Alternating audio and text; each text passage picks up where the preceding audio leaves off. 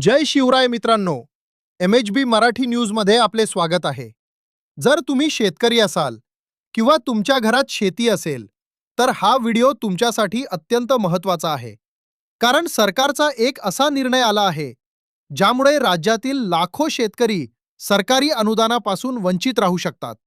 काय आहे हा नियम आणि तुम्हाला काय करावे लागेल, हे सविस्तर पाहण्यापूर्वी जर तुम्ही अजूनही आपल्या MHB मराठी न्यूज चॅनलला सबस्क्राईब केलं नसेल, तर आत्ताच सबस्क्राईब करा आणि बेल आयकॉन नक्की दाबा, जेणेकरून राज्यातील प्रत्येक महत्त्वाची बातमी तुमच्यापर्यंत सर्वात आधी पोहोचेल.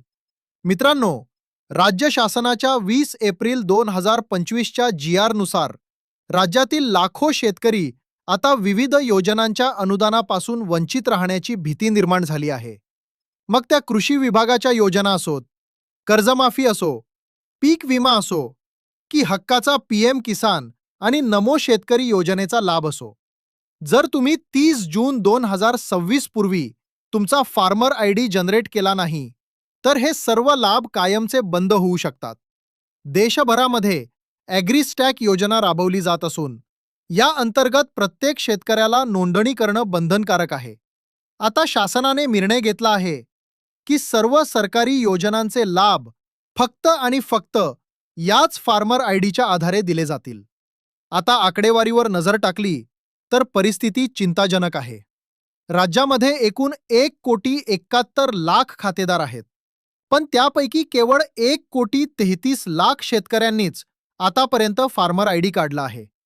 PM किसान योजनेचे 91,17,000पेक्षा जास्त ॲक्टिव्ह लाभार्थी आहेत, पण त्यातील 11,00,000 लाभार्थ्यांनी अजूनही नोंदणी केलेली नाही. एवढंच नाही तर लाखो वनपट्टाधारक शेतकऱ्यांपैकी केवळ 8 ते 9,000 शेतकऱ्यांनीच आपला फार्मर ID तयार केला आहे. याचा थेट अर्थ असा की हे लाखो शेतकरी या शेवटच्या संधीनंतर सरकारी लाभांपासून आपोआप दूर केले जातील. मित्रांनो, यापूर्वी प्रशासनाने अनेकदा मुदतवाढ दिली आहे, पण आता कृषी विभागाकडून हा निर्वाणीचा आणि शेवटचा इशारा देण्यात आला आहे. त्यामुळे ज्या शेतकऱ्यांचा फार्मर ID काढायचा बाकी आहे, त्यांनी अजिबात वेळ वाया न घालवता स्वतः ऑनलाईन पद्धतीने किंवा जवळच्या CSC सेंटरवर म्हणजेच महा ई-सेवा केंद्रावर जाऊन आपला फार्मर ID आत्ताच जनरेट करून घ्यावा. तुम्ही घरबसल्या मोबाईलवरून सुद्धा हा ID काढू शकता.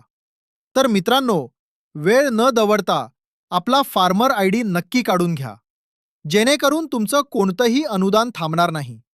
ही महत्त्वाची माहिती राज्यातील इतर शेतकरी बांधवांपर्यंत पोहोचवण्यासाठी या व्हिडिओला जास्तीत जास्त शेअर करा, लाईक करा आणि तुमच्या काही शंका असतील तर आम्हाला कमेंट करून नक्की सांगा.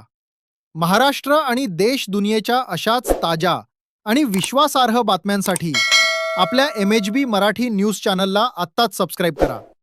धन्यवाद. जय हिंद, जय महाराष्ट्र.